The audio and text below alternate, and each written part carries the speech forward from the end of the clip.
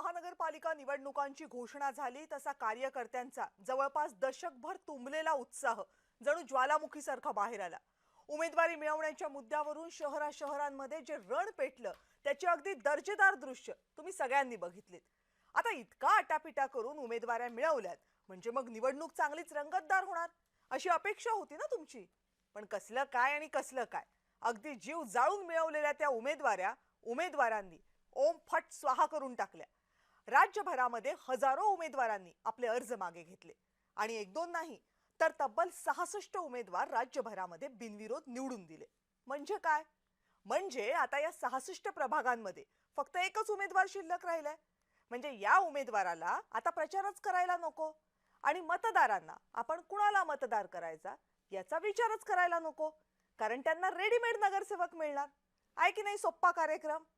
आता हा कार्यक्रम कुणासाठी सगळ्यात जास्त सोपा आहे तेही ऐका। बिनविरोध निवडून आलेले सगळ्यात जास्त नगरसेवक आहेत भाजपचे आणि बिनविरोध निवडून आलेले विरोधी पक्षाचे नगरसेवक किती? एकही नाही। आता यामधली आणखी एक गंमत आहे का, सगळ्यात जास्त बिनविरोध कुठे निवडून आलेत तर ठाणे आणि कल्याण डोंबिवलीमध्ये। म्हणजे ज्या महानगरपालिकांमध्ये सत्ताधाऱ्यांमध्येच घमासान रंगले तिथूनच विरोधातले जास्त उमेदवार गायब। म्हणजे बिनविरोध निवडीचा हा सोपा कार्यक्रम दिसतो तितका सोपा नाहीये, कारण अर्ज मागे घेण्यासाठी धमक्या आणि पैशांचा वापर झाल्याचा आरोप विरोधक करतात। ठाण्यामध्ये तर अर्ज मागे घेणाऱ्या मनसेच्या उमेदवाराला पोलीसच उपमुख्यमंत्री एकनाथ शिंदेंकडे घेऊन गेले असा व्हिडिओ मनसेनं दाखवला।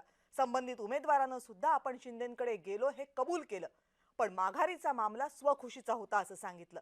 महापालिका निवडणुकांमध्ये इतक्या मोठ्या प्रमाणामध्ये बिनविरोध निवडीची ही पहिलीच वेळ आहे। काही उमेदवार अर्ज बाद झाल्यानं बाहेर झाले। खरं तर उमेदवारी दाखल केलेल्या कोणत्याही उमेदवाराचा अर्ज बाद करणं हा शेवटचा उपाय असायला हवा।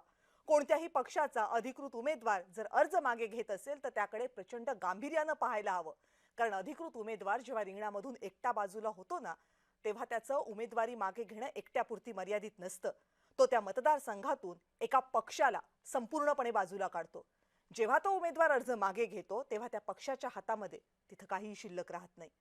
निवडणुका या निवड करण्यासाठी असतात, निवड थोपवण्यासाठी नाही। आणि ती निवड नागरिकांनी करायची असते हे लोकशाहीचं मूलभूत तत्व आहे। बिनविरोध निवडणुका त्या तत्वालाच हरताळ फासतात का हा कळीचा